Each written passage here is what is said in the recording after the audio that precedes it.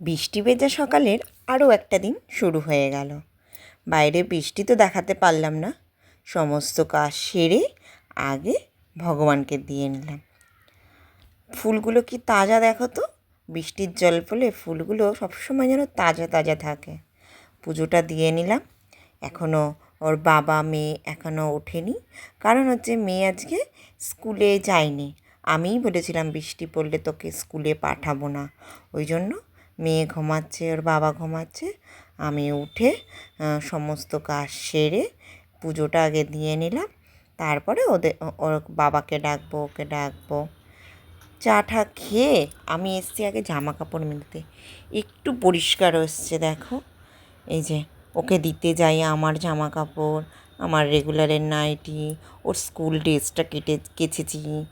ওর বাবার তো 2-3 দিন ধরে ভিজিয়ে রেখে দিচ্ছি, মানে তাও বলছে না, তাও আমি দেখলাম না কেচে দিই। এগুলো একটু সকালে তাকে বলবো যে আরেকটা করতে। আর বর্ষা আসলেই এই লোকগুলো প্রত্যেক বছর আসে, তোমাদেরকে এর আগের ভিডিওতেও দেখিয়েছি। এই দেখো সকালবেলায় কত ঘাস কেটে নিয়ে যাচ্ছে বাড়ির গরুদের জন্য। ঘাস খেলে গরুগুলো যেন ভালোই দুধ দেয়, ওই জন্য। তারপরে এসে মেয়েকে খাইয়ে দাইয়ে মেয়েকে পড়াতে বসেছি। মেয়ে 1-1.5 ঘন্টা একটু পড়ে নিয়েছে আমার কাছে। ওই দেখুন ওইদিকে চায়ের কাপ, দুধের গ্লাস সব রয়েছে। খাওয়া দাওয়া শেষ করেই আগে পড়তে বসে পড়েছে। শুভ দুপুর বন্ধুরা। এই যে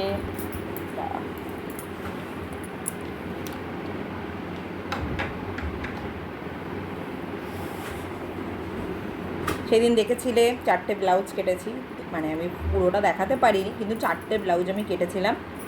তার মধ্যে থেকে এই যে একটা ব্লাউজ আমি রেডি করে ফেলেছি।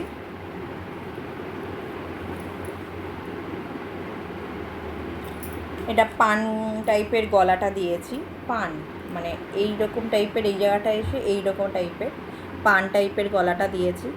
বলেনি আমাকে, আমি মন থেকে দিয়েছি, কেননা শৌখিনত্ব ব্লাউজ, সেহেতু সেইভাবেই আমি তৈরি করেছি। আর এগুলো সব হচ্ছে দামি লাইলিন দিতে, মানে কাস্টমার বলেছে বলেই দামি লাইলিন দিয়েছি। নর্মাল লাইলিনের মজুরি থাকে 180 টাকা, আর দামি লাইনের মজুরি থাকে 220 টাকা। তা সেই হিসাবেই সে জেনে বলেছে প্রত্যেকটা ব্লাউজে এগুলো ভালো, যেহেতু ব্লাউজ দামি লাইলিন দিতে। এই যে তোমাদেরকে কি করে যে দেখাবো,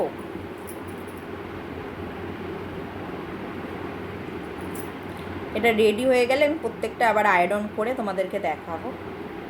এই যে ফ্রন্ট পার্টটাই, আর একমাত্র হাতাতেই কিন্তু পাটটা বসেছে, কেননা পিঠে দিলে হাতায় বসবে না, হাতায় দিলে পিঠে বসবে না।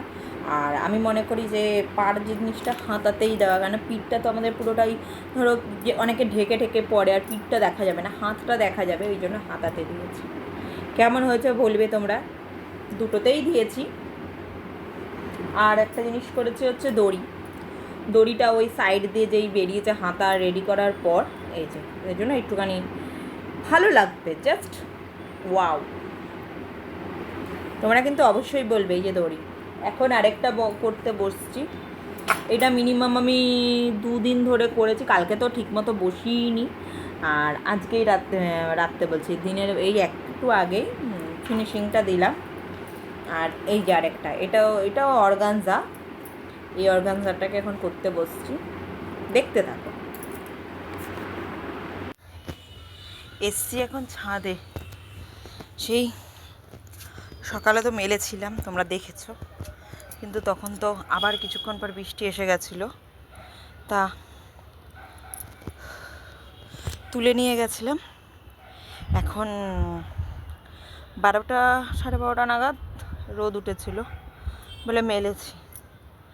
খেয়ে দিয়ে গা কাপড়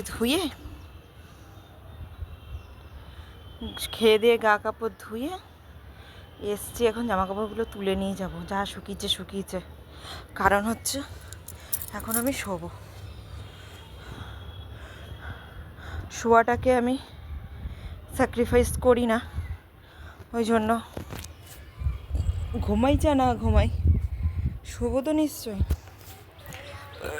ওই জন্য যা শুকিয়েছে এখানে ওখানে মেলে দেবো, গিয়ে রেখে শোবো। আর বলতেই তো ভুলে গেলাম, এখন 3:30 পৌনে 4টেই বাজে। তা গুড ইভিনিং, কেননা অনেকটাই রাত রাত বলছি, দেখেছো তো, বিকেল হয়ে এসছে।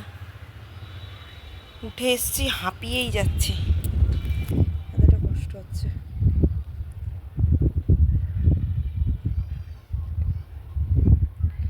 নাকেরটা খুলে রেখেছি, কেমন লাগছে মুখটা, একটু নাকেরটা একটু সমস্যা হচ্ছিলো, অস্বস্তি করছিলো বলে নাকেরটা খুলে রেখেছি। পরবো অন্যটা নাকের। বাই। চলে এসেছি রাত্রেবেলা, রাতের খাওয়া আমাদের কমপ্লিট, মানে আমার তো অন্তত হয়ে গেছে, মেয়ের হয়ে গেছে, ওর বাবা ওখানে বসে বসে খাচ্ছে। আর এই পুচকিটা রাত সারা দুপুর ঘুমায়নি, বিকেল থেকে রাত 9টা অবধি ঘুমিয়ে তারপর থেকে পাগলামি করছে আমাদের বাড়িতে আসবে। তারপরে কাকা শ্বশুর দিয়ে গেল, এবার এসছে, এবার বম্মা কিছু দাও, খিদে পেয়েছে তো, সারা সন্ধে কিছু খাইনি। এদিকে আমাদের বাড়ি আসবে বলে কান্নাকাটি, তার মধ্যে এদিকে মেয়ে আরেকটা ডেকোরেশন করছে কাকে গিফট করবে বলে, সেটা তোমাদেরকে নেক্সট দিন দেখাবো। ও একটুখানি ভিডিও করবে বলে এসছে, একটু নাচবে, ওইদিকে গান হচ্ছে। Good night, see you.